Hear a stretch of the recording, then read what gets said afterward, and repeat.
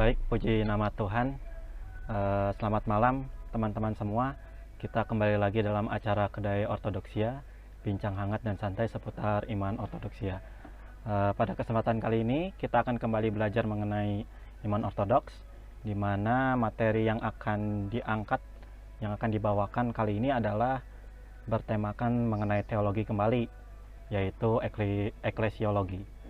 Nah, untuk eklesiologi ini akan dipandu oleh pemateri yang sudah sangat kita kenal bersama Bapak Presbiter Timotius Joko. Sebelum kita memulai acara kita ini, saya akan memimpin doa. Baik, mari kita berdoa dalam nama Bapa dan Putra dan Roh Kudus. Amin. Terpujilah namamu ya Tuhan, kami kembali datang kepadamu mengucap syukur atas segala kasih dan rahmat-Mu. Kalau kami dapat berkumpul kembali untuk belajar mengenai pendalaman iman teologi ini ya Tuhan, dalam Kedai Ortodoksia, kiranya Tuhan yang berkarya dalam acara kami, agar apapun yang kami pelajari hari ini dapat menjadi keimanan yang kuat bagi kami di kehidupan kami sehari-hari. Engkau memberkati juga Bapak Presbiter Timotius Joko, agar kiranya Tuhan saja yang menyampaikan melalui hamba-Mu ini. Terpujilah namamu ya Tuhan, kami serahkan acara ini ke dalam tangan-Mu, demi Kristus Tuhan dan pengantara kami, Allah yang berkuasa kini dan sepanjang segala masa. Kemuliaan bagi Bapa, Putra dan Roh Kudus, kami dan selalu serta sepanjang segala abad. Amin. Baik, mungkin langsung saja Bapak, kita mulai dengan definisi eklesiologi itu tersendiri Bapak. Baik, silakan, saya berikan waktu dan kesempatannya. Eklesiologi ya, itu dari kata eklesia dan logos, logostis eklesias. Disebut juga sebagai pembelajaran tentang gereja. Kita berbicara tentang gereja, gereja dibagi ada dua, gereja yang aorati atau aoratos, itu gereja yang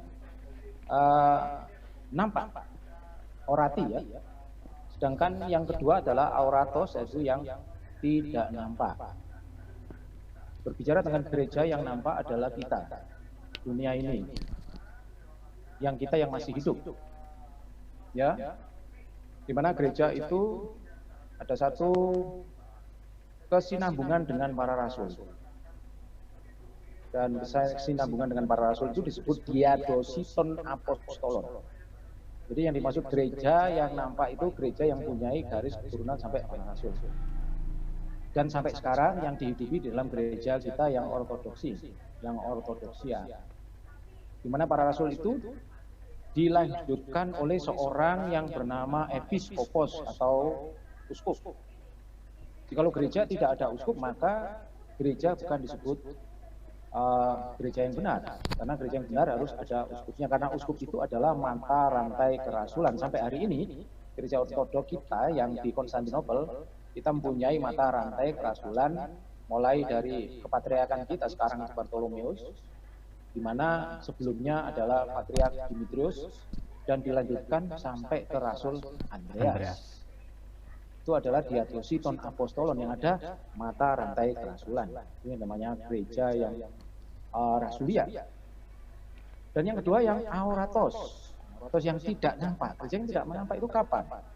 Gereja yang tidak nampak itu adalah mereka-mereka yang sudah mengenal atau mereka yang sudah menang di dalam perjuangan mereka di dunia ini. Jadi selama mereka lahir sampai mati di dalam perjuangan iman mereka, sampai mereka sampai ke tujuan hidup mereka di kolpos Abraham atau di pelabuhannya Abraham. Mereka disebut juga sebagai triambivusa eklesia, gereja-gereja yang dalam kemenangan. Yaitu para malaikat, para orang kudus. Di sana ada ibu kita yang tersuci murid terberkati Sang Theotokos, ada para rasul, ada para martir, ada para papa gereja, dan sampai hari ini di gereja kita tetap ada yang namanya orang kudus. Di abad yang ke-21 ini baru disahkan di gereja kita yang di bawah Konstantinopel ada 3 orang kudus, yaitu Agius Paisius, Agioripis, dari Monatos, yang kedua adalah Agios Porphyrios Capsocalibitis juga dari Monatos, yang ketiga itu adalah Agios Jacobus Chalikis dari Evia, Yunani ya. Jadi sampai hari ini mereka bukan dikatakan mati, tapi mereka hidup di dalam kolpos Abraham atau satu rangkuman dengan Ham. Itu adalah gereja yang nampak dan yang tidak nampak, yang bisa kita jelaskan sampai hari ini. Yang kedua, gereja sebagai misteri Allah yang disembunyikan sebelum segala zaman. Gereja adalah hubungan antara Allah dan manusia, di mana hubungan yang sangat erat dengan Sang Tritunggal Maha Kudus, hubungan yang antara keduanya, yaitu antara Sang Tritunggal Maha Kudus dengan manusia itu sangat harmonis dan penuh dengan kasih. Nah, gereja ini disebut gereja yang berabad-abad. Mengapa? Karena manusia diciptakan segambar dengan Allah, maka manusia itu ada di dalam lingkup kasih daripada Sang Tritunggal Maha Kudus. Di sini ada kesetaraan antara manusia dan Sang Tritunggal Maha Kudus. Kesetaraan dalam apa? Dalam gereja, dalam karya gereja, di mana manusia itu sebagai sinergi Allah atau sebagai teman sekerja Allah. Rasul Paulus menyebutkan gereja yang tidak nampak itu adalah para malaikat, merupakan terdengar tepuk tangan yang meriah di surga. Yaitu gereja yang tidak nampak itu gereja yang rohani, yang tersempurna. Jadi di dalam gereja yang tidak nampak itu ada hal yang nampak, yaitu adalah manusia yang telah diangkat di sana. Jadi manusia-manusia yang menang dalam iman, maka mereka disebut dalam bahasa Yunani tropeon aikiton, mereka yang telah memegang piala yang tak terkalahkan. Jadi gereja yang tak nampak itu juga berasal dari yang nampak, yaitu manusia-manusia yang mulai lahir sampai akhir hidupnya menang di dalam perjuangan iman. Seperti itu Mas Georgios. Mereka itu bisa kita lihat di dalam 2 Petrus pasal 1 ayat 4. Di sana dikatakan roh-roh orang benar yang telah terjadi sempurna adalah komunitas manusia yang menjelaskan tentang hakikat manusia itu sendiri. Jadi manusia itu hakikatnya adalah hidup kekal. Jadi manusia diciptakan oleh Allah, itu hakikatnya adalah hidup kekal. Beberapa bulan yang lalu kita sudah bahas tentang kehendak bebas. Jadi kehendak bebas itu yang menyebabkan manusia jatuh dalam dosa. Dari sini tidak ada hubungan bahwa gereja itu gagal. Buktinya apa? Buktinya Sang Firman itu sendiri datang ke dunia untuk menjadi manusia. Jadi dari pribadi yang kedua, Sang Tritunggal Maha Kudus itu menjadi manusia. Untuk apa? Untuk menyelamatkan manusia. Dan manusia-manusia inilah yang disebut sebagai neos kosmos atau manusia-manusia yang baru. Jadi gereja itu di dalam perjanjian lama itu adalah orang-orang Israel. Mereka adalah kaum yang terpanggil atau kaum yang terpilih. Karena mereka dilahirkan bukan karena keinginan manusia, tapi karena janji. Janjinya siapa? Janjinya Allah kepada Abraham. Di mana Abraham punya 2 istri ya, 3 istri sama keturah. Tapi yang dijelaskan di dalam kitab suci ada 2 peranan yang besar. Yang pertama adalah si Hagar. Hagar ini adalah keturunan daging. Sedangkan yang kedua adalah keturunan daripada Sarah, yaitu perempuan yang merdeka. Jadi gereja di dalam perjanjian lama itu adalah keturunan yang merdeka, karena Sarah diceritakan di sana, Sarah itu mandul. Nah, ketika teriakan Sarah mendapat ejekan dari budaknya yang namanya Hagar yang punya anak, itu akhirnya diterima oleh Tuhan, dan Tuhan membukakan rahimnya, akhirnya melahirkan seorang anak, yaitu yang bernama Ishak, yaitu anak yang dikorbankan oleh Abraham, tetapi karena imannya Abraham, maka Ishak menjadi keturunan bangsa neos kosmos atau umat baru yang dipanggil oleh Tuhan. Tapi nyatanya di dalam perjanjian lama, gereja keturunan Israel itu sering jatuh bangun, jatuh bangun, jatuh bangun. Tidak ada yang bisa akhir hayatnya sampai kepada Allah. Banyak dari mereka disebut juga sebagai manusia-manusia yang membangkang, menyembah berhala. Dan penyembahan berhala ini menyebabkan Allah itu cemburu. Kalau kita membahas di dalam kitab Hosea, Allah itu sangat cemburu kepada bangsa Israel. Jadi ada ibarat antara Israel dan Allah itu seperti suami dan istri.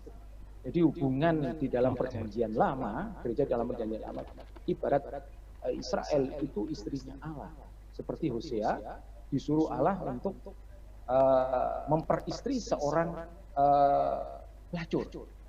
Nah, istrinya Hosea yang pelacur itu disebut juga sebagai hubungan antara Allah dan Israel, di mana mereka yang menyembah berhala itu disebut juga pelacur karena menjauhkan diri dari Allah. Itu gereja dalam perjanjian lama seperti itu. Bagaimana dengan perjanjian baru? Gereja dalam perjanjian baru itu adalah gereja yang bukan karena keturunan daging juga, tetapi juga bukan karena janji saja, tetapi karena sang firman Allah telah menjelma menjadi manusia, maka dipertegas lagi bahwa gereja yang tadinya itu sempit hanya untuk orang Israel, tapi sekarang membahana meluas. Bahkan gereja itu disebut juga sebagai bangsa-bangsa yang baru, yang disebut bangsa-bangsa ini adalah mulai dari Yerusalem, mulai dilanjutkan sampai ke ujung dunia, yaitu sampai Roma. Zaman itu adalah ujung dunia adalah Roma, sehingga berita tentang gereja itu sudah mengembang sampai ke Roma. Dan dilanjutkan lagi sampai hari ini gereja itu sudah ada di mana-mana, ada di Indonesia, ada di Amerika, ada di belahan bumi manapun. Dan mereka yang disebut juga sebagai manusia-manusia itu dipanggil oleh Allah. Allah sendiri yang memanggil, ya. Allah sendiri, dan umat bangsa yang menjauh dari gereja dalam perjanjian lama itu mereka disebut juga penyembah berhala. Ya, jadi hubungan antara Allah dan manusia yang disebut adalah orang-orang Israel. Ketika orang Israel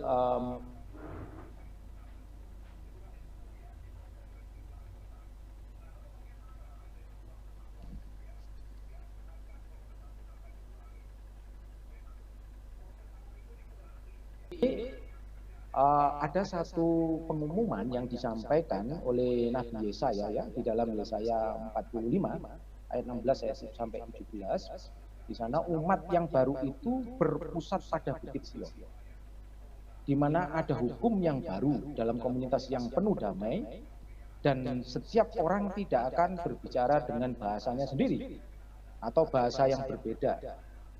Juga di kita dalam kitab Mika 4 ayat 1 sampai 37 atau Amsal 3 ayat 9 sampai 10.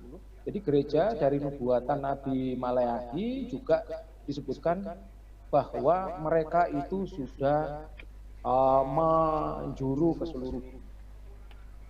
Dan ini adalah disampaikan oleh nabi-nabi dalam perjanjian lama dan digenapi di dalam perjanjian baru ketika sang firman Allah itu telah menjelma menjadi manusia. Maka ketika sang firman Allah menjadi manusia, sang firman Allah ini disebut juga sebagai kepala gereja, dan lebih meluas lagi ke seluruh dunia, dan lebih dipertegas lagi kalau bangsa Israel disebut hanya istrinya Allah saja, tetapi kalau di dalam perjanjian baru gereja itu disebut tubuh misterinya Kristus. Dan Kristus adalah sebagai kepalanya. Jadi tubuh membutuhkan sotiras atau membutuhkan sang penyelamatnya, yaitu kepala. Seperti dalam kitab Efesus di sana dikatakan hubungan antara umat dengan Allahnya. Umat tahu sebagai tubuhnya Kristus, ada tangan, ada kaki, ada seluruhlah badan itu adalah tubuh misteri Kristus, mistikanya Kristus, dan Kristus sebagai kepalanya, seperti itu. Dan dipertegas lagi di sini bahwa ada hubungan yang sangat erat antara gereja dengan sang penyelamatnya, yaitu sang kepalanya, yaitu Yesus Kristus. Nah, Ini karena apa? Bukan hanya karena menjelmanya Sang Firman Allah menjadi manusia saja, tetapi karena karya dari Sang Firman Allah yang menjadi manusia itu, oleh karena Sang Firman Allah itu menumpahkan darahnya. Ada perjanjian yang dibuat lagi di dalam perjanjian baru, yaitu perjanjian baru. Apa yang ditumpahkan? Adalah cawan. Jadi darah Kristus yang ditumpahkan itu adalah cawan menuju kepada perjamuan kudus. Jadi dalam gereja itu harus ada perjamuan, harus ada yang dikorbankan. Ini ada perbedaan antara gereja perjanjian lama dan perjanjian baru. Perjanjian lama yang dikorbankan, darah yang ditumpahkan itu adalah darah binatang. Sedangkan dalam perjanjian baru, darah yang ditumpahkan itu darah manusia, itu darah Kristus.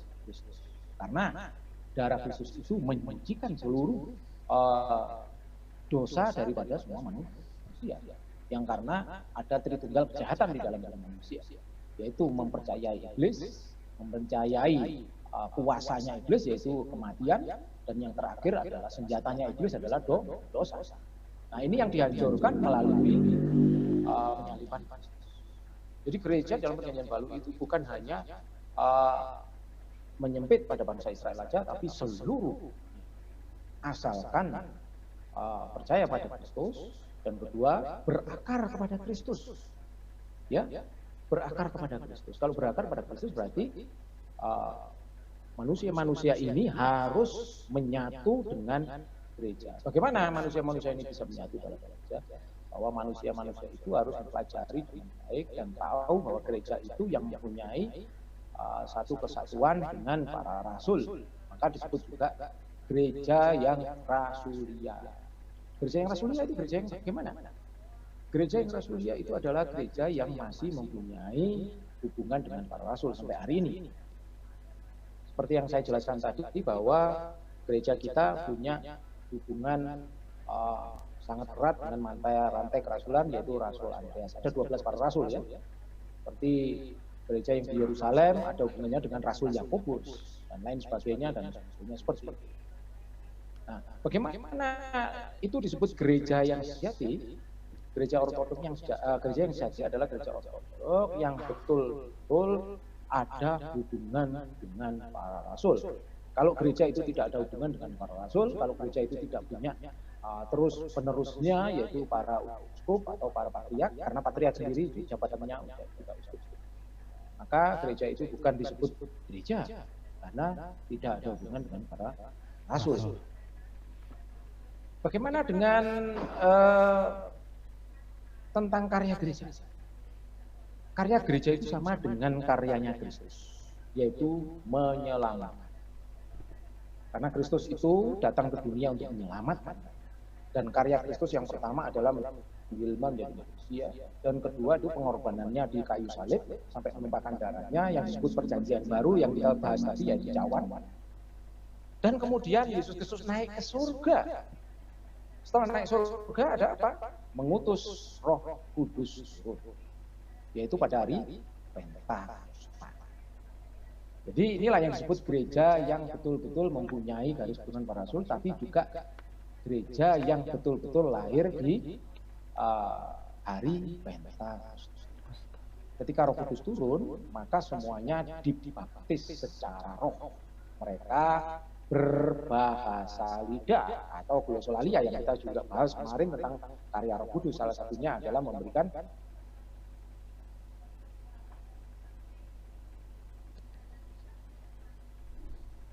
tapi tidak terbakar, api yang menyala, tapi tidak membakar mereka.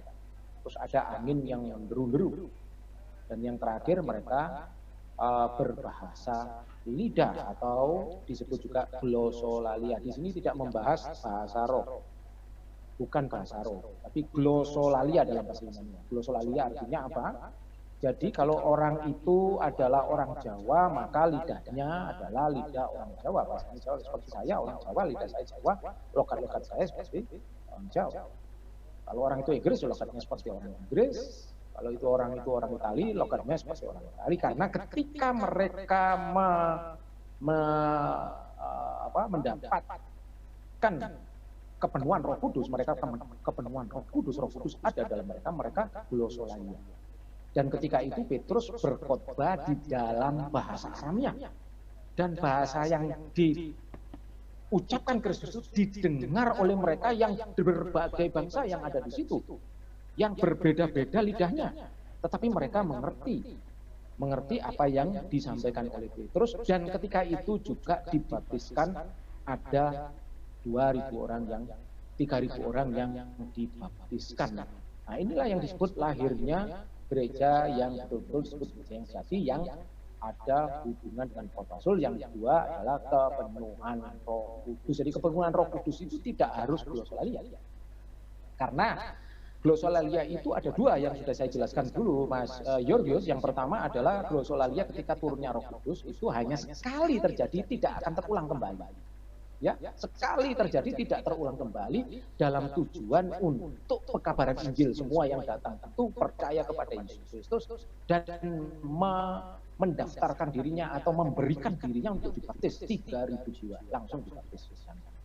Ya, gereja yang pertama kewalahan. Mendadak ada 3.000 orang dibaptis. Itu pun karena ada glosolalia. Dan glosolalia ini terjadi hanya pada hari Pentakosta. Bagaimana dengan yang di 1 Korintus 2 Korintus? Yang di 1 Korintus 2 Korintus itu glosolalia juga, tapi itu bukan kepenuhan Roh Kudus ketika turunnya Roh Kudus pada hari Pentakosta, tapi itu disebut juga karunia glosolalia.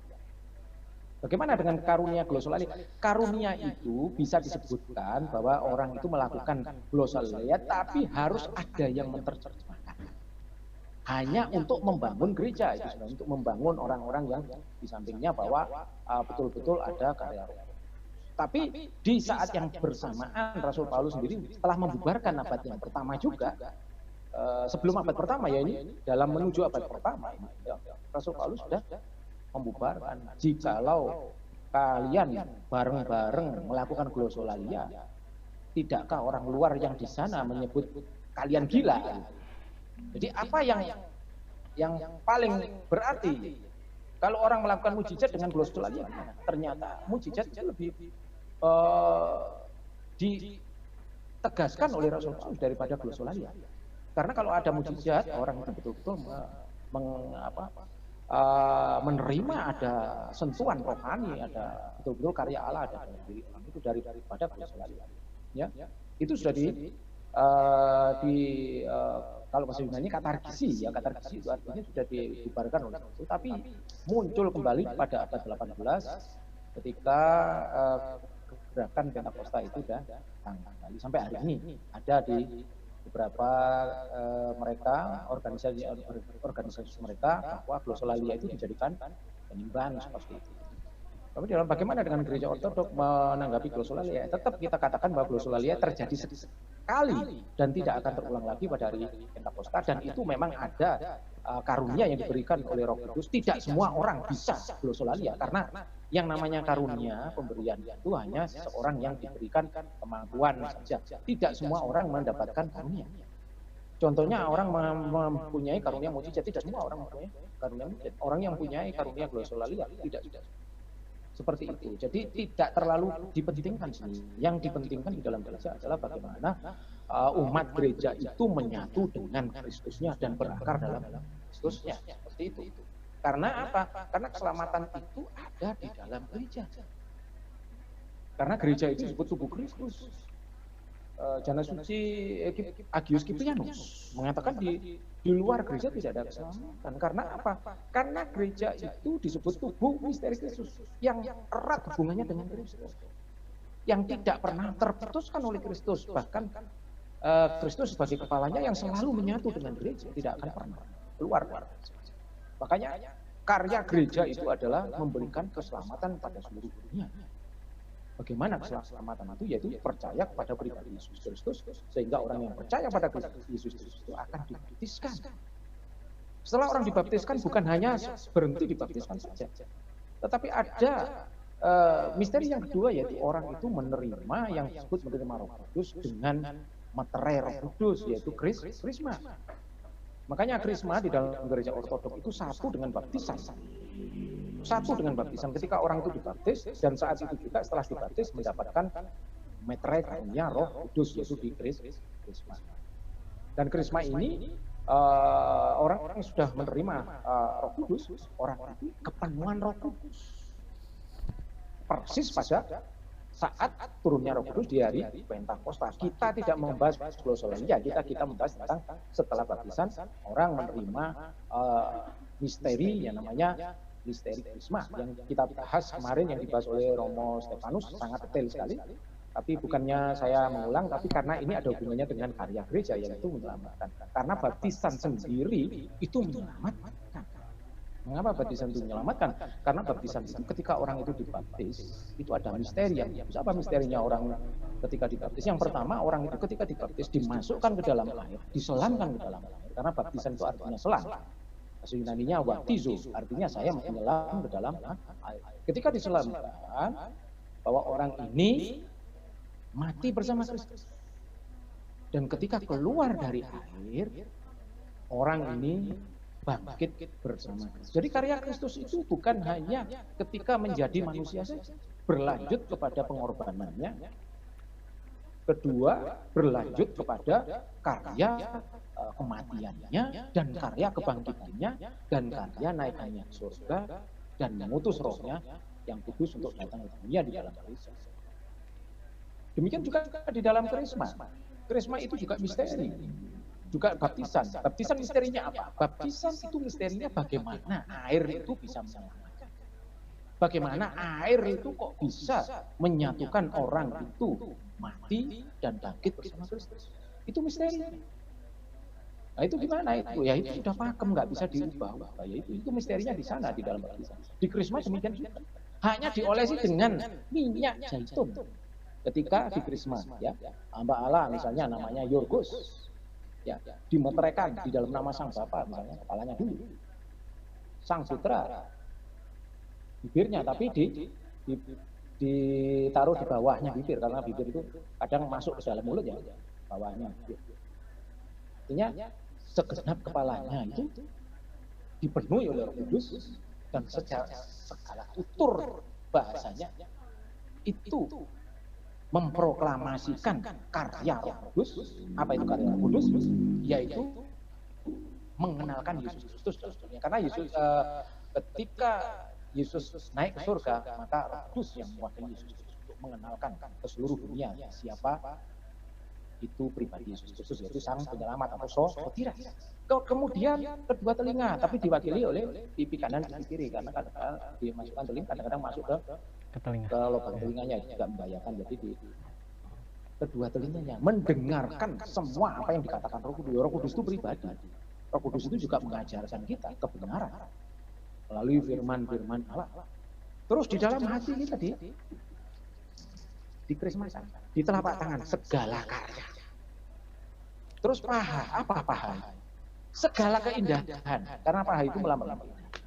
Kemudian kaki, segala jalannya dipenuhi oleh Roh Kudus. Jadi keseluruhan tubuh manusia setelah dibaptis itu dipenuhi Roh Kudus, mulai kepalanya, yaitu cara berpikirnya semuanya, perkataan-perkataannya, apa yang didengarkannya, hatinya, artinya merasakan suara surga tentang gereja, tentang Roh Kudus, ya.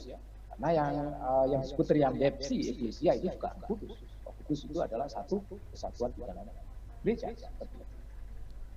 Nah demikian kenapa kalau gereja mempunyai karya keselamatan juga ada 7 misteri dalam gereja. Satu contoh yaitu pernikahan kudus. Pernikahan. Kenapa sih pernikahan itu kok misteri? Tidak semua orang menikah. Tuhan Yesus mengatakan di dalam kitab Matius pasal 19, ada orang yang tidak bisa menikah.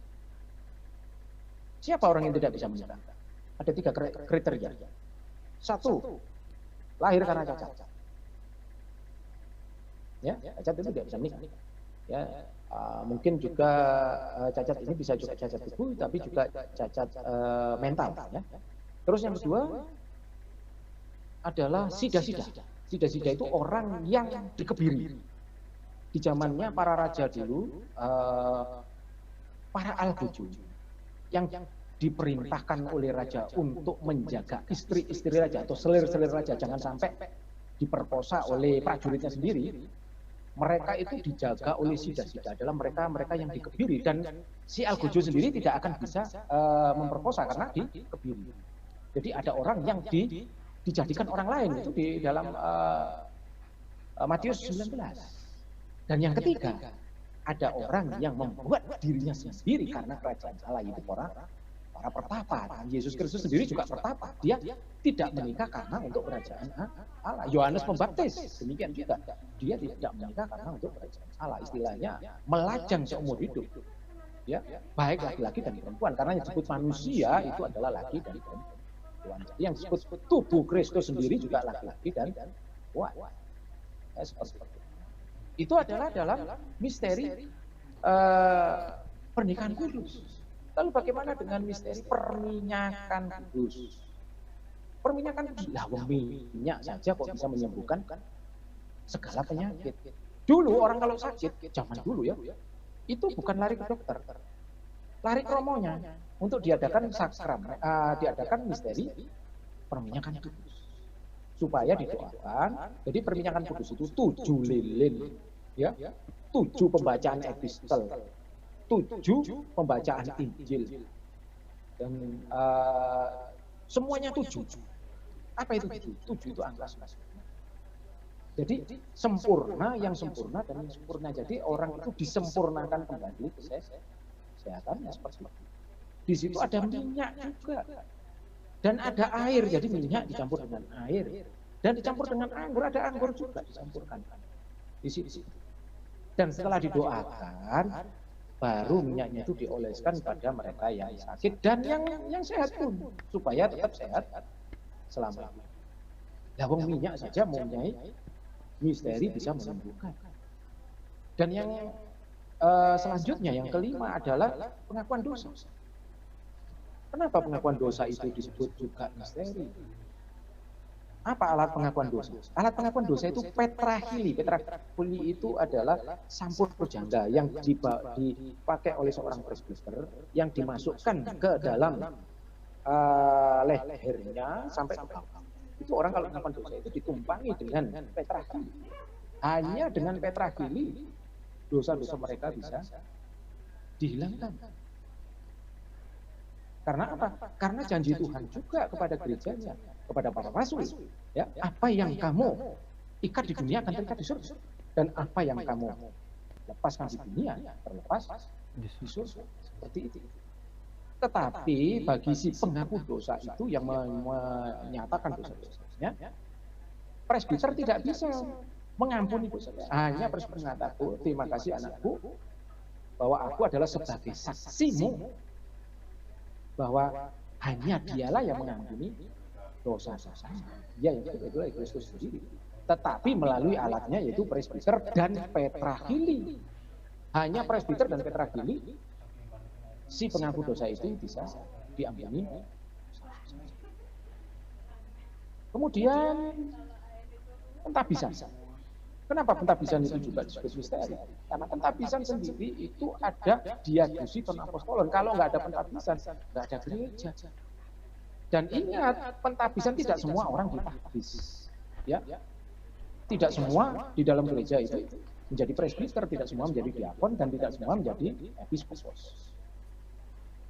Dan inilah yang dikatakan gereja yang mempunyai diadosi ton apostolon, karena ada 3 aksioma tuchos, aksioma, 3 karunia di dalam dunia ini. Pentabisan itu ada 3 karunia di dalam perjanjian lama dan perjanjian baru dalam gereja, walaupun dalam gereja perjanjian lama itu sama. Kalau yang ditabiskan itu adalah raja, imam atau presbiter, dan nabi. Ada 3. Dan itu tidak berubah di dalam gereja, tetap ada pentabisan karena raja sudah tidak ada, dan raja itu diwakili oleh seorang episkopos, karena episkopos hanya episkopos yang memakai mitra, dan mitra itu adalah lambang mahkota para raja. Kenapa seorang uskup itu memakai mitra, memakai mahkota? Karena uskup itu adalah sebagai ikonnya Kristus di dalam gereja, sebagai ikonnya. Lalu kenapa para presbiter menggunakan velonio dan menggunakan petrachili? Presbiter juga ikonnya Kristus. Mengapa diakon juga menggunakan selempang? Karena diakon juga ikonnya Kristus. Lalu umat juga ikonnya Kristus. Jadi kita semua itu adalah ikon-ikonnya Kristus. Jadi kapan kita disebut ikon-ikonnya? Ketika Allah menciptakan manusia.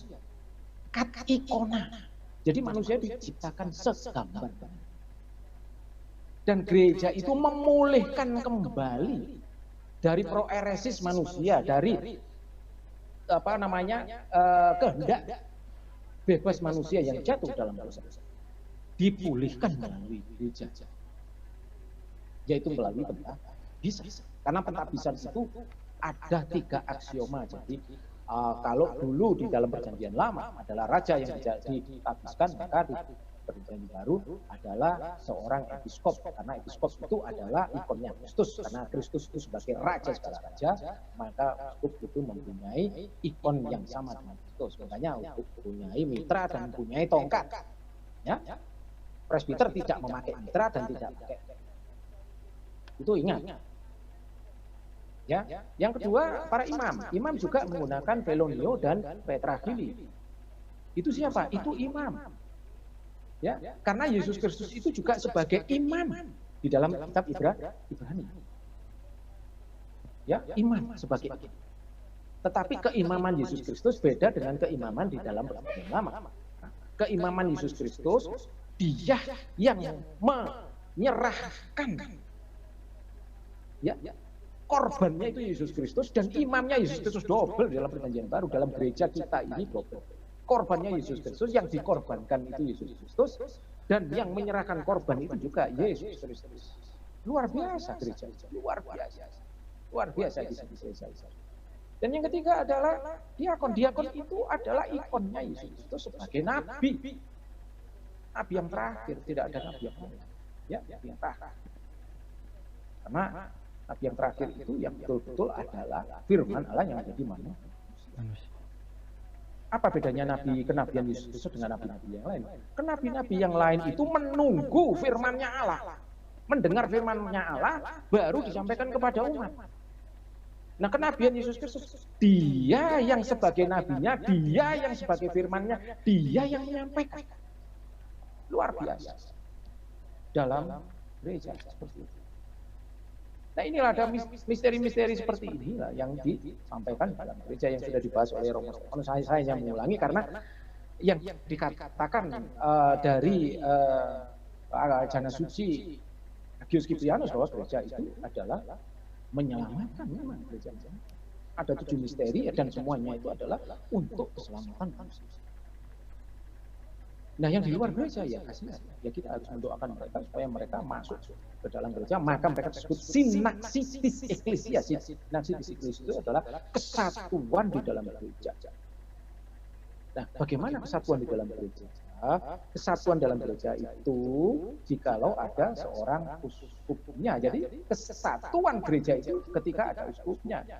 Jadi hierarki kolegial yang disampaikan oleh gereja kita itu hierarki itu adalah hierarki dari uskup, karena uskup itu mata rantai ke rasul, bukan ke romonya, bukan ke diakon, bukan.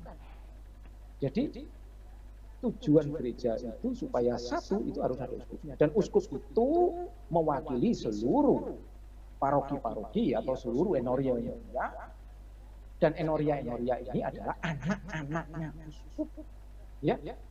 Dan para uskup seketika ada permasalahan dalam gereja, maka para uskup ini yang menyatu mengadakan sidang sinode untuk menyelesaikan semua masalah-masalah. Makanya di abad-abad yang ketiga sampai abad yang ketujuh ada 7 sidang sinode, itu adalah kesatuan dari uskup Roma dan ya. Ada uskup Roma, ada 5 pusat yang purba ya, uskup Roma, uskup Yerusalem, uskup Antioquia Suria sekarang ya, uskup Alexandria Mesir, dan uskup Konstantinopel nyatu untuk menyelesaikan permasalahan-permasalahan, baik itu dalam iman, baik itu dalam tata gereja, dalam aturan-aturan gereja, bahkan membahas apapun yang termasuk gereja, bahkan sampai harta gereja. Seperti itu ada disampaikan. Makanya uskup itu yang mempunyai andil di dalam mengawasi, karena uskup itu dari kata episkopos, dari kata epi itu dari atas, skopos itu yang melihat ke bawah. Jadi melihat semua, mulai apa yang dilakukan oleh gereja seorang uskup, karena uskup itu mempunyai tugas seperti Yesus Kristus menyelamatkan. Nah, makanya seorang uskup, bagaimana uskup yang benar di hadapan Allah? Uskup itu adalah sebagai pikirannya Kristus, melakukan karyanya Yesus Kristus, melakukan tindak tanduk dan memperbaiki gereja seperti Yesus Kristus. Makanya uskup disebut pikirannya Kristus dan Yesus Kristus disebut pikirannya Sang Bapa, seperti itu. Ya, Yesus Kristus disebut pikirannya apa? Karena dia adalah firman-Nya Allah yang ada di dalam angan-angannya Allah sebagai pikirannya Allah. Dan seorang uskup juga harus mempunyai pikiran Kristus karena dia adalah pikirannya Kristus. Seperti itu gereja. Nah, gereja itu bisa berkembang baik kalau uskupnya mempunyai pikiran Kristus. Betul-betul memperhatikan apa yang ada di dalam gereja itu. Apa yang dilaksanakan oleh para presbiter, para diakonnya, dan para umatnya. Episkopos dari atas sampai ke bawah harus tahu tiap hari. Makanya episkopos itu tidak boleh tidur. Kalau dari zaman dulu ya, episkopos kerjaannya itu berkeliling ke sana, melihat apa yang terjadi di sana, apa yang kurang di sana, melakukan segala sesuatu untuk gereja. Jadi sinaksiton dis ecclesias atau kesatuan gereja itu ada di dalam pribadi seorang episkopos. Seperti itu. Nah, kita belum membahas tentang para katatikitis ecclesias. Para katatikitis ecclesias itu artinya bahwa gereja itu terus-menerus akan berkarya terus-menerus, tidak akan ada henti-hentinya. Kalau bahasanya anediotelo, tidak pernah berhenti. Jadi Romo ini meninggal diganti Romo ini, uskup ini meninggal diganti uskup ini, terus umat ini meninggal diganti terus-menerus. Itu yang disebut para katatikitis. Dan para katatikitis ecclesias itu membahas tentang hieraparosis. Apa itu hieraparosis? Hieraparosis itu adalah tradisi rasulia. Itu harus ada dalam gereja. Tradisi rasulia harus ada. Apa itu tradisi rasulia? Yang pertama itu kita membahas tentang tradisi yang tertulis, yaitu kitab suci. Penulisan kitab suci itu sudah final ditetapkan di sidang sinode yang pertama sampai 7. Yang sekarang kita pegang, yang dipegang oleh saudara-saudara kita di luar ortodok pun, itu adalah hasil dari keputusan sidang sinode pertama sampai 7 adalah para bapak gereja kita yang ortodoksi, ya. Itu adalah suci kita. Ya. Demikian juga membahas tentang para katatikitis ecclesias. Kalau kita membahas para katatikitis ecclesias, kita tidak bisa selesaikan hari ini, mungkin di pertemuan yang akan datang. Karena yang kita bahas saat ini adalah eklesiologia. Kalau sudah membahas para katatikitis ecclesias, juga membahas tentang karya gereja, harta gereja, dan sebagainya. Karena kalau kita membahas harta gereja, pernah terjadi di abad yang kelima itu, karena dulu seorang uskup itu boleh menikah sampai abad kelima. Apa yang terjadi pada abad kelima? Nah, ketika uskup itu menikah, maka anak-anaknya tabisi, cucu-cucunya tabisi, dan harta gereja miliknya uskup. Maka pada sidang sinode yang kelima, Pentekti Ekumenikis Sinode, dicetuskan bahwa berhenti di sini. Seorang uskup tidak boleh menikah. Kalau seorang uskup menikah, nanti cucu-cucunya semua ditabiskan jadi harta gereja miliknya uskup. Tapi harus tahu kita memang uskup itu adalah sinaksitis ecclesias. Jadi harta gereja itu harus di tangannya seorang uskup. Karena uskup itu tidak menikah. Tidak mungkin harta gereja itu miliknya uskup, tidak bisa. Orang tidak menikah untuk apa?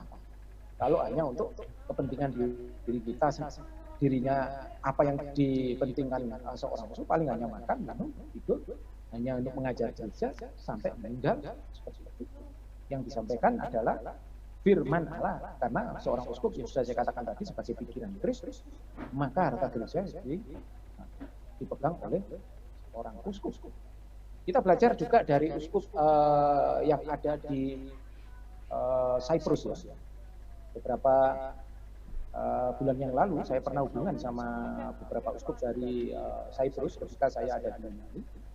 Bahkan mereka mengatakan bahwa harta gereja itu bukan milik uskup, milik gereja semua. Ketika gereja mengalami kepentingan yang luar biasa dalam saat insidentil, maka harta gereja itu dibongkar, diberikan kepada pahlawan. Kita belajar dari seorang jana suci namanya Nikolaus dari Mira. Nikolaus dari Mira, ya. Jana suci Nikolaus dari Mira waktu itu melihat kenapa gereja kok kosong, bingung dia. Masyarakat semuanya adalah ortodoks di Mira, nggak ada yang ke gereja. Akhirnya dia turun dari tahtanya, dari mimbarnya, ya. Karena di dalam gereja ortodoks ada tahtanya khusus untuk uskup, itu dia turun. Dia nggak hanya tinggal sembunyi di dalam gereja. Dia turun, dia nyamar sebagai pengemis. Dia minta-minta. Apa yang terjadi? Tidak ada satupun masyarakat ini yang memberikan dia uang. Dia tahu bahwa masyarakat dalam keadaan miskin yang luar biasa. Akhirnya, karena Agius Nikolaus ini adalah yang memiliki harta yang banyak waktu itu, dia ambil emas-emasnya, batangannya itu potongi semuanya, kecil-kecil. Dan tiap rumah dilempari satu-satu, tiap malam. Dan ketika pagi harinya mereka, masyarakat menemukan emas, potongan emas. Dan mereka akhirnya menjual ke tukang emas, mereka punya harta. Dan di minggu berikut, gereja penuh. Agius Nikolaus tersenyum. Umat sekarang punya uang, makanya ke gereja. Seperti itu. Jadi episkopos itu dia yang melihat dari atas sampai ke bawah, sampai ke umat-umatnya itu. Dilihat itu adalah seorang episkopos yang baik, seorang bisop atau uskup yang baik. Itu adalah mempunyai pikiran seperti Kristus. Banyak lagi hal-hal yang lain yang seperti Agius Nikolaus, Serafim dari Saros, juga melakukan yang sama. Banyak orang-orang kudus yang disebut orang-orang yang menyembuhkan tanpa bayaran. Agion anargiron, artinya anargiron itu tidak butuh perak, karena zaman itu yang disebut perak itu adalah harta zaman itu. Karena perak itu adalah kepingan perak. Seperti Yudas mengkhianati Yesus dengan 30 keping perak. Nah, anargiron artinya tanpa perak. Ya. Ana itu tanpa, argiron itu adalah perak tanpa perak. Seperti jana suci Pandeleimon. Pandeleimon dulu namanya Pandeleon. Nah, Pandeleon ini ketika dia dilahirkan, bapaknya itu adalah penyembah berhala, imam penyembah berhala. Tapi istrinya atau ibunya itu adalah orang Kristen. Ya, ketika melakukan perjamuan kudus secara tersembunyi, karena zaman itu adalah zaman penyembahan berhala itu yang menjadi penguasa di seluruh daerah Roma. Ya, ketika pergi ke gereja itu, gereja zaman itu adalah di katakombe, ya, di kuburan bawah. Setiap pulang bawa antidoron. Antidoron itu roti sebagai pengganti perjamuan. Kalau orang tidak perjamuan kudus boleh hanya menerima antidoron. Dan orang yang setelah perjamuan kudus pun juga menerima antidoron. Arti dari antidoron itu berkat kedua setelah perjamuan istilahnya. Ketika pulang dia makan antidoron. Suaminya itu mencium, dia itu heran. Mulutnya itu berbau wangi, luar biasa. Dia heran, kenapa? Nah, dan ketahuan ketika dilihat dari belakang masuk gereja, maka ibunya sendiri dibunuh oleh bapaknya Pandeleon, namanya Pandeleon. Dan ketika itu Pandeleon ikut jejak ibunya masuk ke dalam gereja dan mengikuti ibadah gereja dan melakukan semua apa yang dilakukan. Dan Pandeleon punya karunia, yaitu menyembuhkan tanpa bayang siapa saja yang disentuh oleh Pandeleon. Nah, ketika dibaptiskan, Romo setempat mengganti nama Pandeleon menjadi Pandeleimon, dari kata pandes itu segala sesuatu, penguasa segala sesuatu yaitu Allah, dan Eleimon yang berbelas kasihan, tepat namanya. Dan sampai Oke. dewasa si Pandelemon ini selalu menyembuhkan banyak orang. Pasiennya banyak disembuhkan. Sampai para dokter zaman itu cemburu dengan Pandelemon. Akhirnya para dokter melaporkan semuanya ini kepada kaisar dan menangkap, si kaisar itu menangkap Pandelemon. Dan bapaknya sendiri juga menangkap. Bapaknya sendiri yang membunuh anaknya sendiri. Tapi sebelum membunuh anaknya sendiri, itu terjadi mujizat ketika kecilnya Pandelemon. Setiap hari Rabu dan Jumat, si Pandeleon ini tidak pernah minum susu ibunya. Dan ketika dibunuh oleh bapaknya sendiri, keluar dari tubuhnya itu darah putih yang berbau harum, yang luar biasa. Akhirnya Pandelemon disebut sebagai seorang martir, tapi juga seorang penyembuh tanpa bayaran. Banyak segala sesuatu yang di gereja kita ada orang-orang kudus yang luar biasa. Itu karena apa? Karena masih ada hubungan dengan Kristus yang selalu kudus. Dan sampai hari ini kita mempunyai banyak orang-orang. Itulah beberapa hal yang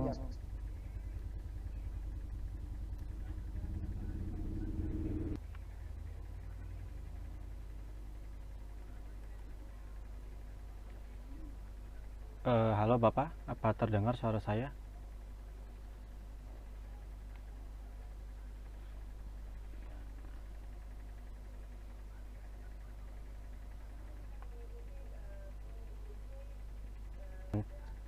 Monggo Bapak dilanjut saja. ya saya sampaikan dari jadi dari apa yang sampai saya sampaikan tadi, ada satu hal yang lagi yang belum saya sampaikan, yaitu sakramen yang terutama, yaitu perjamuan. Di dalam ajaran gereja ortodoks, bukan sakramen, misteri perjamuan kudus. Apa misterinya dalam perjamuan kudus? Roti itu kok bisa menjadi tubuhnya, dan anggur itu kok bisa menjadi darahnya. Dan itu misterinya bagaimana? Di dalam epiklesi artinya permohonan, doa permohonan dalam liturgi suci. Ketika sang presbiter mengatakan jadikan roti ini adalah sebagai tubuhmu, tubuhnya Kristus, Jemaat mengatakan amin. Dan anggur ini menjadi darahmu, Jemaat mengatakan amin. Dan bahkan roti dan anggur istilahnya, mereka artinya roti dan anggur itu dengan rohmu yang khusus, cuma mengatakan amin. Itu belum ada metaboli, belum ada perubahan, masih tetap roti dan anggur. Ketika seorang presbiter membacakan doa berkat, baru ada perubahan. Roh Kudus sendiri yang merupakan roti itu menjadi tubuhnya Kristus dan anggur itu menjadi darahnya Kristus. Nah, metaboli atau perubahan ini yang dalam bahasa Yunani disebut sebagai misterion, bukan metusia, juga bukan memorial ya. Kalau memorial itu hanya memperingati saja. Kalau metusia itu hakikat roti itu diubah menjadi hakikat tubuhnya Tuhan, dan hakikat anggur menjadi hakikat darahnya Tuhan. Kita tidak bermain hakikat, karena hakikat itu ada hubungannya dengan filsafatnya Platon, ya, filsafatnya Platon. Jadi perubahan hakikat. Tapi yang di sini bukan hakikat, tapi secara misteri. Memang ada perubahan. Dan perubahan itu dalam bahasa Yunani metaboli, ya. Metaboli ada perubahan, tapi itu bukan urusan daripada umat dan romonya, tapi itu urusannya Roh Kudus. Umat dan romonya hanya mengimani ada perubahan. Ya, seperti itu. Jadi di dalam misteri daripada perjamuan kudus, ketika orang sudah mengambil tubuh dan darah Tuhan, maka orang itu akan dihapuskan dosa-dosanya. Jadi roti aja dan anggur yang sudah diubahkan menjadi tubuh dan darah Tuhan itu bisa mengubahkan manusia yang mengambilnya terlepas dari dosa. Seperti itu. Jadi banyak hal yang perlu kita sampaikan, termasuk yang saya katakan tadi, para katatikis eklesias. Nanti kita akan bahas di lain kesempatan. Karena untuk membahas gereja yang saat ini kita sampaikan hanyalah dogmatis eklesias saja, tapi bukan kepada karya daripada gereja. Kita akan bahas tentang karya yang orati, artinya gereja yang nampak. Karena gereja yang tidak nampak sudah selesai, sukses final ya. Tapi ada orati. Seperti yang kita bahas tentang bagaimana seorang uskup itu tidak boleh menikah dan sebagainya, itu ada hubungannya dengan para katekistis eklesias. Jadi gereja itu selalu berkembang dan tidak pernah putus-putusnya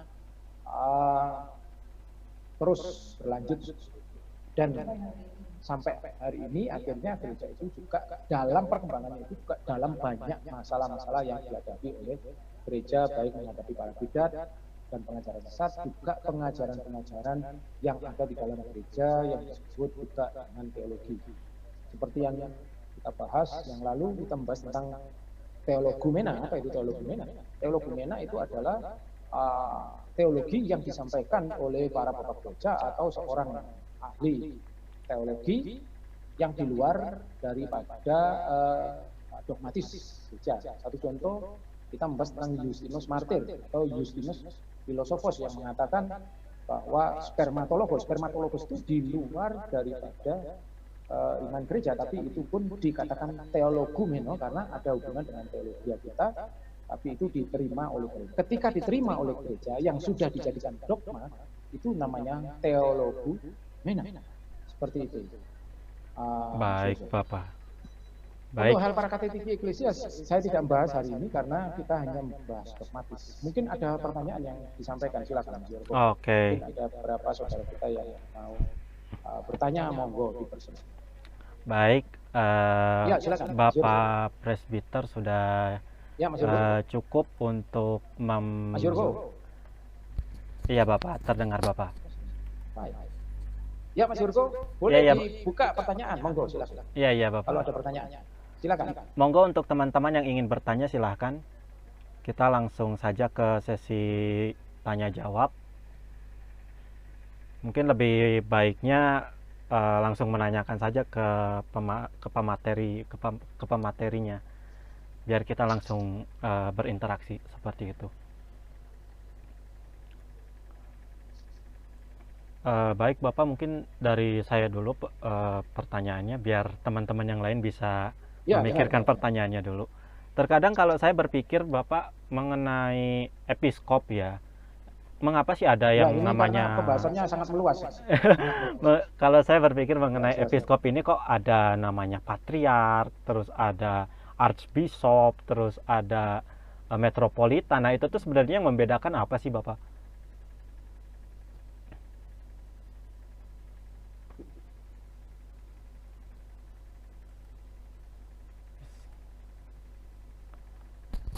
Halo Bapak, terdengar suara saya?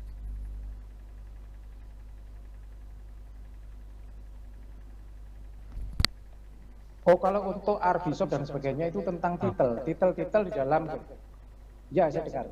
Untuk membahas tentang archbishop, bishop dan lain sebagainya itu adalah pembahasan tentang perititulutis eklesias, tentang titel-titel yang ada dalam gereja. Jadi dalam keorganisasian gereja yang nampak atau yang aurati itu ada penting sekali, ada pembedaan. Satu contoh, metropolitan ya. Kata metropolitan itu adalah seorang uskup yang menguasai di satu area. Satu contoh misalnya ibu kota itu disebut juga metropolitan ya. Yang disebut ibu karena gereja itu sifatnya ibu ya. Gereja mempunyai sifat karena gereja itu melahirkan ya, melahirkan anak-anak rohani. Ketika dilahirkan, artinya dibaptiskan itu berarti dilahirkan oleh gereja. Yang disebut kelahiran baru itu adalah baptisan. Makanya gereja mempunyai peranan sebagai seorang ibu. Maka di dalam gereja itu sudah saya katakan tadi bahwa peranan uskup di dalam gereja itu adalah sinaksitis eklesias sebagai pemersatu gereja. Ada seorang episkopos. Nah, episkopos ini dibagi-bagi juga. Di abad 1, 2, 3 sampai abad ke-4, uskup yang menguasai ibu kota disebut metropolitan. Nah, di bawahnya metropolitan itu dulu namanya archbishop ya, archbishop. Ini abad 1, 2, 3 sampai 4 ya. Nah, kemudian di abad yang modern ini dibalik. Archbishop itu sederajat dengan patriark. Zaman dulu nggak ada patriark. Tapi patriark itu baru ada ketika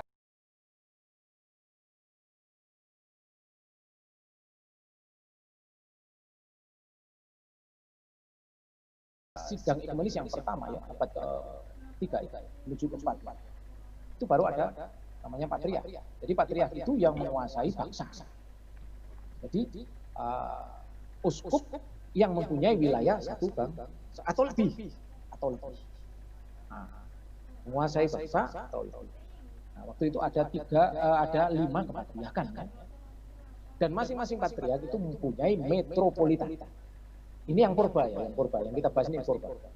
Roma, Yerusalem, Antioquia, Alexandria dan Konstantinopel. Itu seperti itu ya. Nah, kemudian ketika berkembang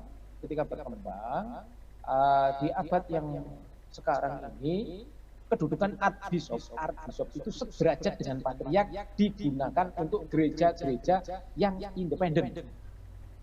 Ada beberapa gereja yang independen yang mereka itu sederajat dengan wilayah patriarkan. Satu contoh gereja Yunani. Gereja Yunani itu sekarang adalah independen yang dipimpin oleh seorang archbishop. Namanya Hieronymus ya, sekarang yang sebelumnya yang meninggal, yang menabi saya itu yang meninggal tahun 2010, beliaunya meninggal itu archbishop Athena dan seluruh Yunani namanya Christodoulos. Tapi sekarang Hieronymus, saya sudah ketemu dengan beliaunya ketika bulan Februari yang lalu saya di Yunani, sudah ketemu dengan beliau, saya bahkan foto-foto dan sudah ngobrol. Ya. Nah, archbishop ini yang menguasai seluruh Yunani. Ya. Nah, tetapi ada beberapa gereja-gereja yang masih mengikuti purba. Satu contoh Rusia, satu contoh Serbia, dan beberapa negara Balkan yang mengatakan metropolitan itu di atasnya archbishop, itu nggak ada masalah. Tapi yang nyatanya metropolitan itu kalau sekarang sederajat dengan archbishop. Yang sekarang ini di penataan sekarang, satu contoh Yunani, kemudian Polandia itu archbishop namanya Varsovia. Saya pernah ketemu beliaunya karena beliaunya pernah datang ke gereja Agios Therapon yang saya layani dulu di Zografu di Athena. Beliaunya pernah datang, saya juga pernah ngobrol. Beliau disebut juga archbishop yang mewilayahi seluruh Polandia.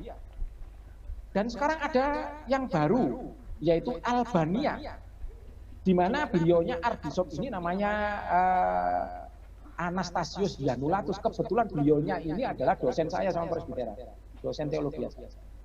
Beliaunya sekarang umurnya sudah 90 tapi masih punya pikiran. Dan beliaunya itu disebut Vruritis Ortodoksia, artinya disebut pemegang pagar gereja ortodoks karena beliaunya mendapatkan piala Nobel, ahli filsafat dan ahli teologi.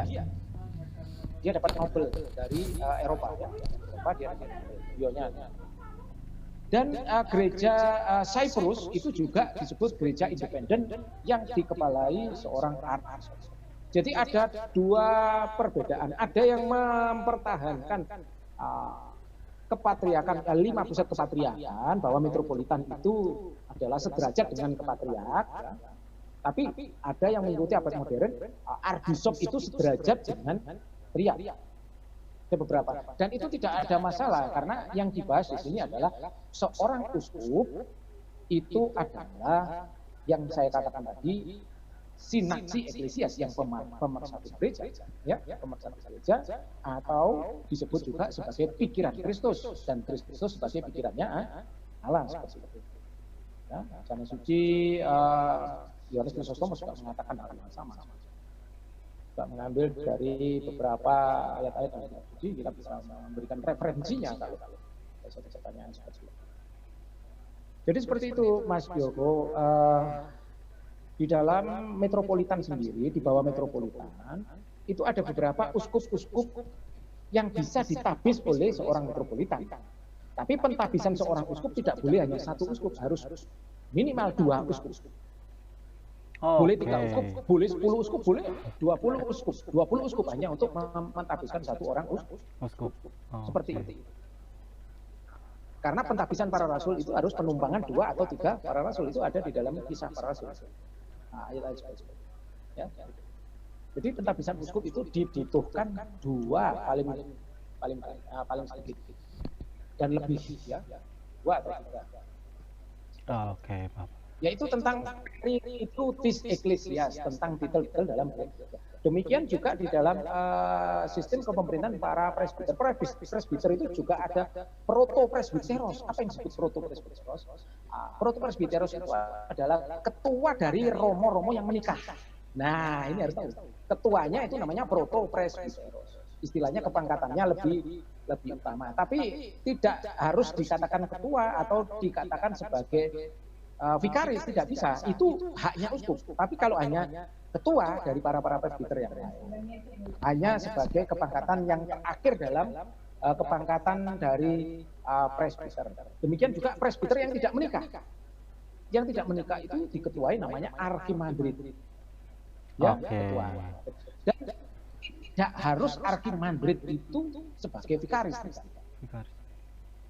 Ada seorang uskup yang menunjuk seorang diakon jadi vikaris.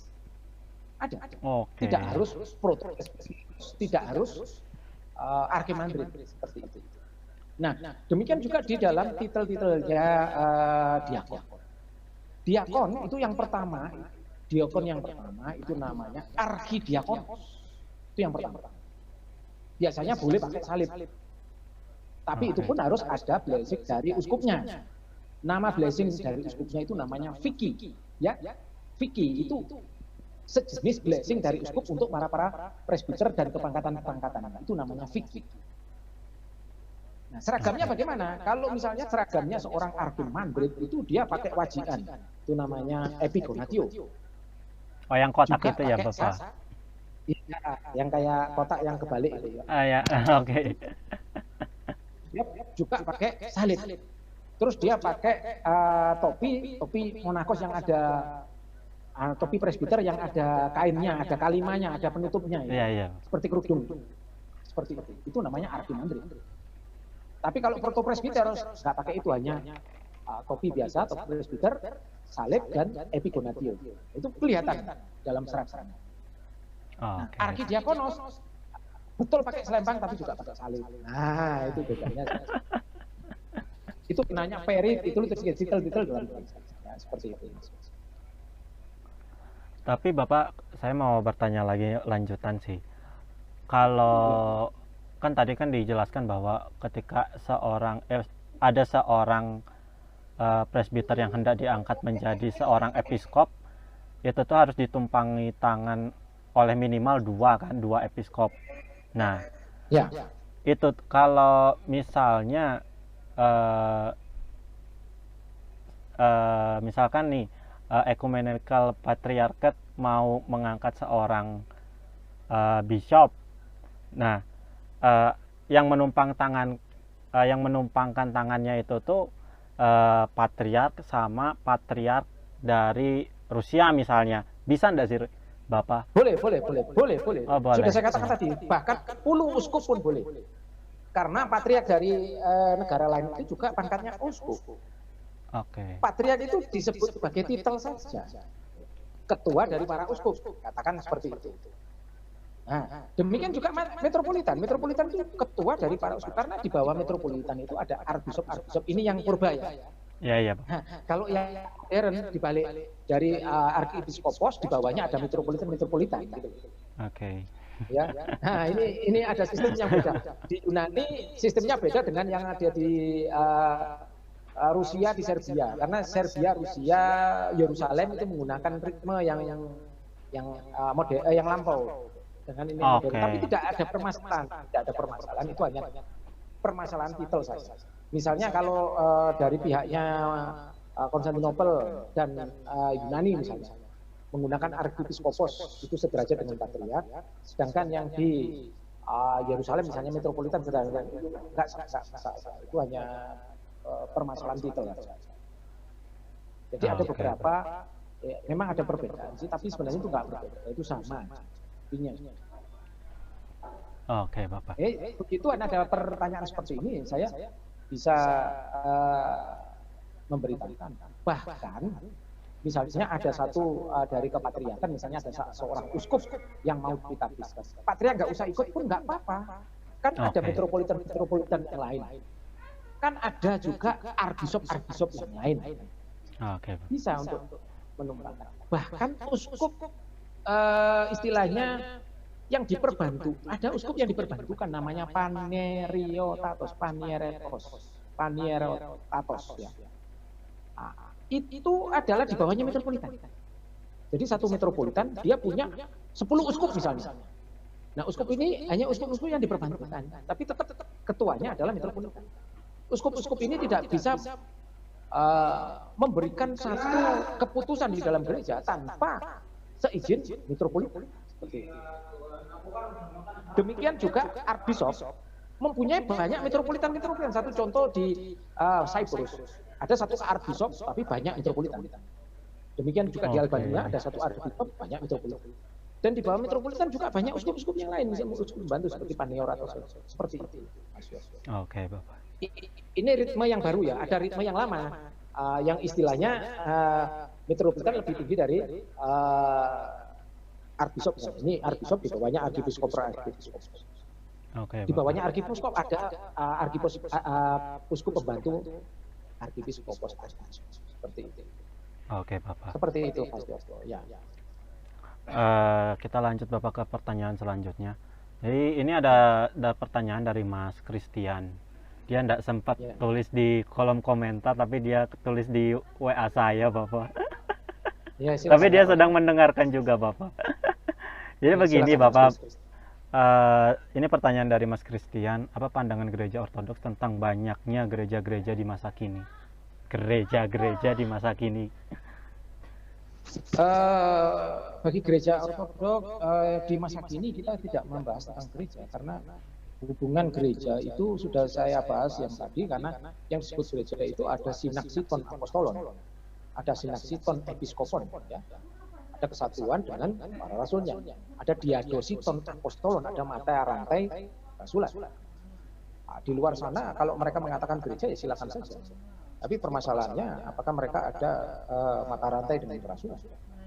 Dan apakah mereka punya sinaksi eklesias, satuan gereja di dalam hierarkis yang benar seperti yang diajarkan para rasul? Karena episkopos itu yang artinya episkopos itu yang melihat dari atas sampai ke bawah seperti itu. Saya yakin tidak sama. Mereka ada yang kelompoknya disebut presbyterian, ada yang kelompoknya disebut juga episkopal dan sebagainya. Tapi kita tidak mempunyai seperti itu. Kita adalah gereja yang rasulian, yang Katolik dan apostolik. Katolik artinya katolon, yaitu untuk semua orang. Dan apostolik artinya yang mempunyai mata rantel kerasulan atau diadositon apostolon. Jadi kalau di luar sana, ya kalau di luar sana silahkan mereka menggunakan kata gereja, tapi yang disebut gereja bagi gereja Ortodoks adalah yang mempunyai mata rantai kerasulan dan atau disebut juga sebagai diadositon apostolon. Dan yang kedua ada sinaksi eklesias, ada kesatuan gereja di dalam seorang pribadi yang namanya episkopos. Oke, baik, Bapak. Baik, Bapak, kita lanjut ke pertanyaan selanjutnya. Di sini ada pertanyaan dari Mas Nikolai Serafim. Romo, saya ingin bertanya, sebagai gereja yang sama-sama bisa disebut sebagai gereja awal atau gereja mula-mula, saat ini bagaimanakah posisi gereja oriental di mata gereja Ortodoks Timur saat ini? Apakah benar umat oriental dapat menerima komuni di Ortodoks Timur dan sebaliknya? Monggo, Romo. Untuk oriental, kita katakan bahwa mereka disebut sebagai pro-Kalkedona. Apa yang disebut pro-Kalkedona? Pro itu artinya sebelum Kalsedon. Karena kelima bentuk ini adalah satu Ethiopia, dua adalah Malabar atau Malangkara yang ada di India, tiga itu adalah Armenia, empat itu adalah Yakobit yang ada di Suriah, dan yang kelima itu adalah Koptik yang di Alexandria. Mereka kita katakan pernah satu dengan kita mulai abad 1 sampai abad ketiga, 1, 2. Ketika masuk abad keempat menuju kelima, ketika 431 diadakan sidang ekumenis yang keempat di Kalsedonia yang mengatakan bahwa gereja itu memutuskan, sidang sinode itu memutuskan bahwa Yesus Kristus itu mempunyai dua sifat atau dua kodrat dalam satu pribadi. Sedangkan mereka tetap mengatakan satu pribadi, satu kodrat ganda, satu kodrat ganda. Tapi waktu itu ada kesimpang siuran teologi, tapi yang jelas waktu itu ada permasalahan yang besar karena di zaman itu mereka tidak bisa menyelesaikan permasalahan banyak masalah, bukan hanya masalah politik saja, juga masalah perdebatan teologis yang luar biasa seperti itu. Dan sampai hari ini ya belum ada persatuan kita dengan mereka karena mereka tetap menggunakan sistem abad 1 sampai, dan sistem teologi mereka tetap menggunakan satu kodrat ganda. Dan yang berbeda dengan kita terang-terangan mengatakan dua kodrat. Ketika Sang Firman belum dijilma, Sang Firman itu satu kodrat saja, itu kodratnya Allah. Ketika Sang Firman menjelma manusia, maka menambahkan kodrat baru, yaitu kodrat yang dimana kodrat manusianya itu satu dengan kodrat kealahannya dalam pribadi Sang Yesus Kristus.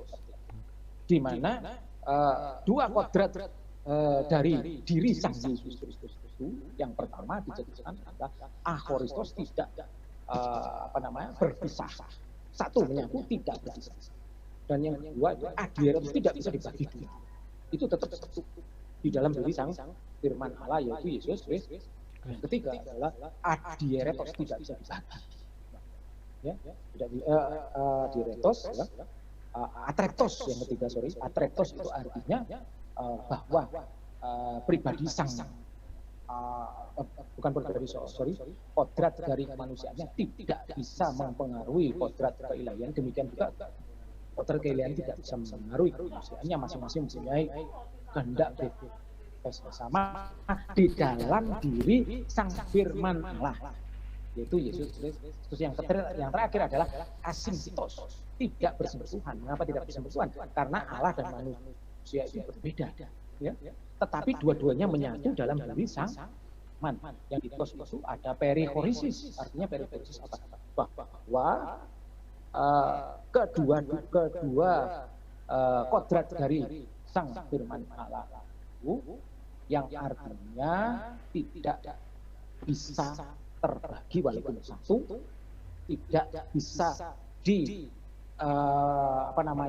dipisahkan walaupun satu, dan yang terakhir yaitu tidak saling mempengaruhi walaupun satu, seperti itu. Perihorisis. Oke, Bapak. Ya. Bagaimana Mas Serafim? Makanya kita sampai hari ini karena ada problematik teologi yang berbeda sampai hari ini, maka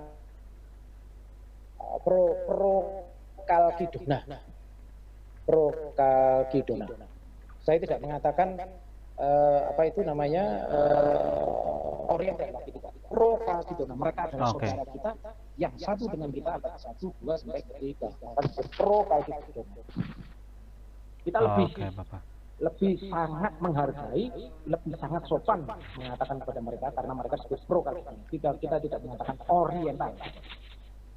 Seperti itu, ya. Oke. Baik, bagaimana Mas Nikolai Serafim? Mungkin ada tanggapan atau cukup? Jika cukup, saya lanjutkan ke pertanyaan selanjutnya. Sebenarnya untuk hal seperti untuk pertanyaannya Mas Serafim itu kita membahas tentang para katatikis eklesia, tidak dogmanya dengan dogmatis eklesia. Tapi ya nggak apa-apa sih, satu-satu. Bisa nanti kita di masa yang akan datang, Mas Yorio. Oke. Para katatikis eklesia. Beliau mungkin ingin bertanya untuk sekali lagi, Bapak.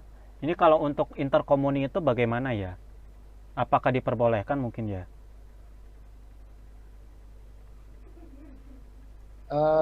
Saya yakin nggak ada sih interkomuni. Artinya komuni itu hanya Kalau dari ortodok ya ortodok, kalau dari pro Kalkidono ya pro Kalkidono. Sampai hari ini belum ada sidang sinode yang menyatakan bahwa pro Kalkidono itu satu dengan kita.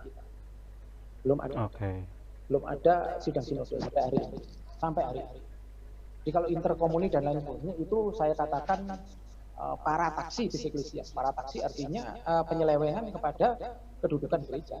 Kalau memang ada saling memberikan perjamuan itu kesalahan besar, karena bagaimana itu bisa apa fungsinya komuni itu, karena komuni itu artinya sinaksis itu menyatu. Okay. Kalau menyatu ya semuanya satu. Kalau nggak ada persatuan, kenapa harus ada komuni kan gitu? Itu kan juga rancu. Saya katakan lucu lah seperti itu. Ibaratnya kayak seperti menyalahi esensinya ya Bapak ya. Ya pasti, karena misalnya kita beda tempat, beda segalanya, terus satu dalam kesatuan ya nggak bisa ketemu. Satu contoh, orang Inggris disatukan dengan orang Jawa ya nggak ketemu. Bagaimanapun juga nggak ketemu. Oke, Bapak.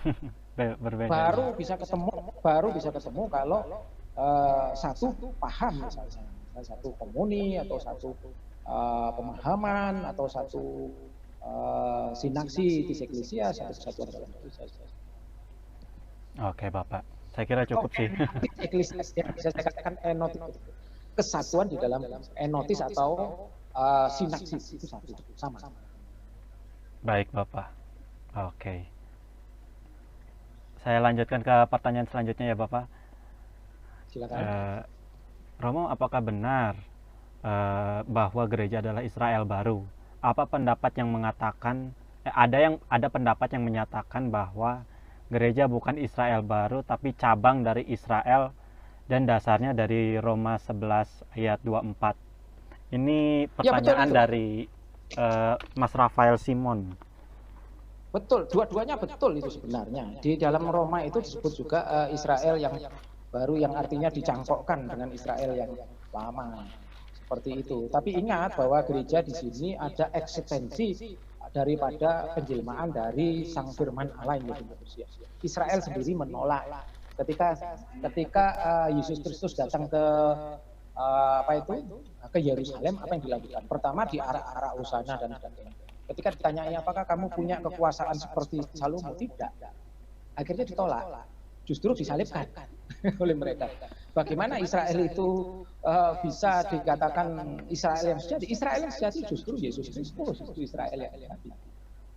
Mengapa disebut Yesus Kristus? Karena dari keturunan Israel tidak satupun dari mereka yang mempunyai keturunan yang artinya keturunan yang rohani. Istilahnya betul-betul karena janji ya. Yesus Kristus itu keturunan janji. Yang kita bahas tadi sebenarnya Neos umat Allah yang baru atau Neos Laos Tutheu ya. Umat Allah yang baru itu gereja. Umat yang lama itu perjanjian lama, yaitu Israel. Ya. Dan Israel disebut apa? Pelacur oleh Allah sendiri. Bahkan disebutkan oleh Hosea. Hosea iya. menikah seorang pelacur. Sebenarnya apa? Jadi di dalam perjanjian lama itu sebenarnya Allah itu sangat mencintai Israel. Israel diibaratkan sebagai istrinya. Tapi istri yang mana? Istri yang melacur kepada berhala. Istilahnya seperti itu. Jadi di dalam perjanjian lama Allah itu cemburu sama Israel. Sangat cemburu, diselingkuhi sama Israel. Seperti itu. Jadi sama sebenarnya di dalam gereja yang perjanjian lama sama yang baru itu sama, Allah yang sama. Cuma dalam trik yang berbeda. Trik yang pertama istri, trik yang kedua adalah firman-Nya Allah menjadi manusia, tubuh Kristus yang sejati. Jadi kalau di dalam kitab Roma itu adalah secara ekstensif, secara hakiki, memang manusianya manusia, bukan manusia janji. Di luar Israel semua. Nah itu adalah ekstensinya atau hakikinya. Tetapi secara janji mereka juga mengikuti janji, yaitu janji Allah bahwa seluruh bangsa akan dijadikan anak-anaknya Allah. Dan itu dinyatakan oleh kitab Maleakhi tadi yang saya sampaikan tadi. Maleakhi juga, Yesaya juga mengatakan. Dan itu siapa? Orang-orang yang di luar Israel yang betul-betul dianggap anak-anak Allah. Yaitu gereja. Karena gereja itu mempunyai dua arti. Secara eksistensi di luar Israel yang dijangkau. Ya. Tapi secara janji, mereka memegang janji karena mereka percaya kepada firman Allah yang menjelma menjadi manusia, yaitu Yesus Kristus. Sedangkan Israel yang istrinya Allah menolak Yesus Kristus. Nah, itu perbedaannya antara Israel dan gereja. Lalu yang selamat di mana? Nah, pertanyaannya kedua, apakah betul gereja disebut Israel, disebut Yerusalem? Iya, betul. Bahkan bukan hanya Yerusalem, disebut juga Sion, Bukit Sion. Juga disebut Firdaus, ya. Juga disebut Triambebupsa Eklesia atau jiwa-jiwa yang telah memenangkan dalam pertandingan melawan melawan Tritunggal kejahatan. Nah, kita bahas tadi. Yep. Jadi sebutan gereja itu banyak. Yerusalem yang baru, Firdaus bisa juga dikatakan surga. Ya. Gereja juga disebut surga. Karena gereja itu tubuh Kristus dan Kristus kepalanya. Kalau orang itu ikut ambil bagian di dalam di dalam anggota gereja yang adalah tubuhnya Kristus, maka orang itu bersama Kristus. Siapa Kristus? Sejatinya surga, kan gitu. Sebenarnya itu sebenarnya. Itu pertanyaan sama Mas siapa tadi? Mas Rafael Simon, Bapak.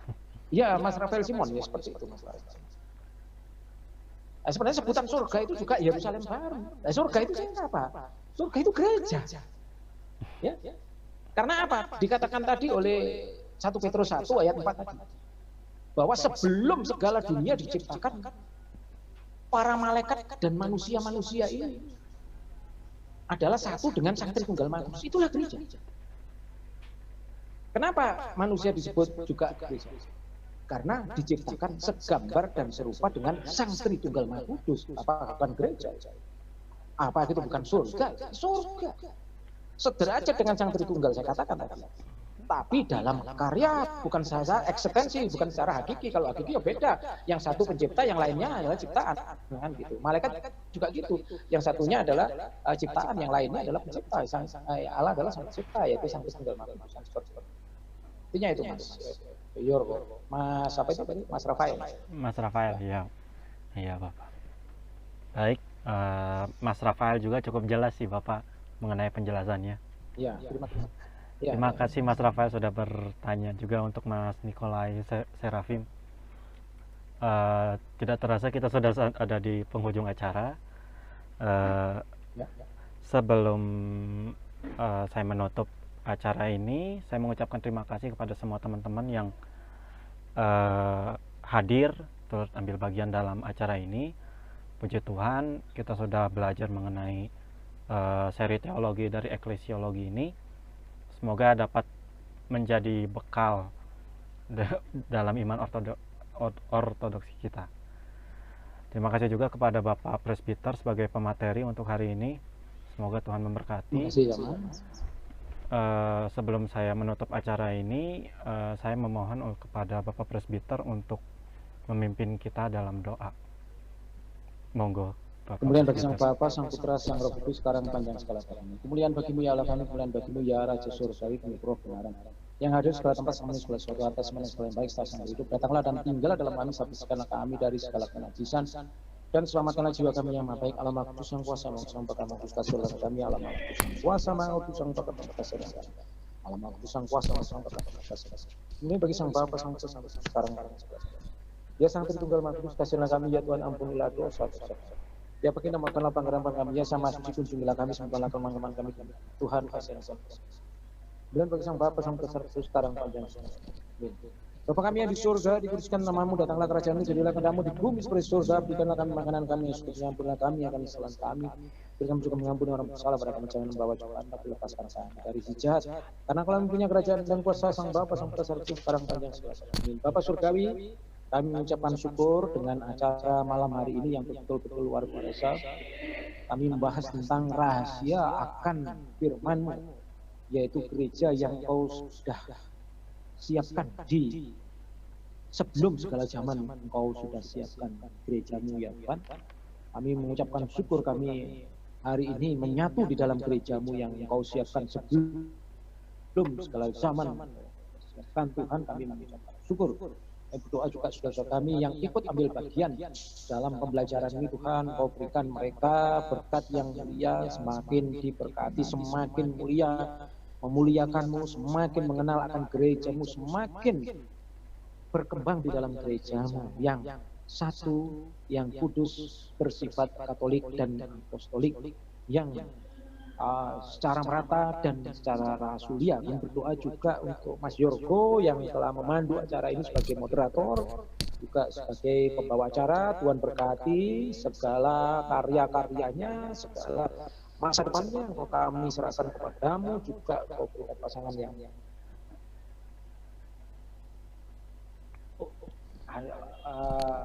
program-program yang sudah direncanakan selanjutnya. Kami berdoa juga untuk romo-romo kami yang ikut ambil bagian di dalam pelayanan di dalam gerejamu yang satu, yang kudus, bersifat rasulia, katolik dan apostolik.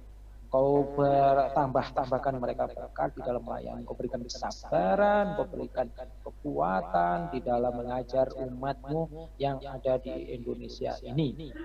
Doa juga untuk uskup kami yang mulia, sang uskup kami metropolitan Singapura dan seluruh Asia Selatan dan seluruh Indonesia, Romo Konstantinus Silis.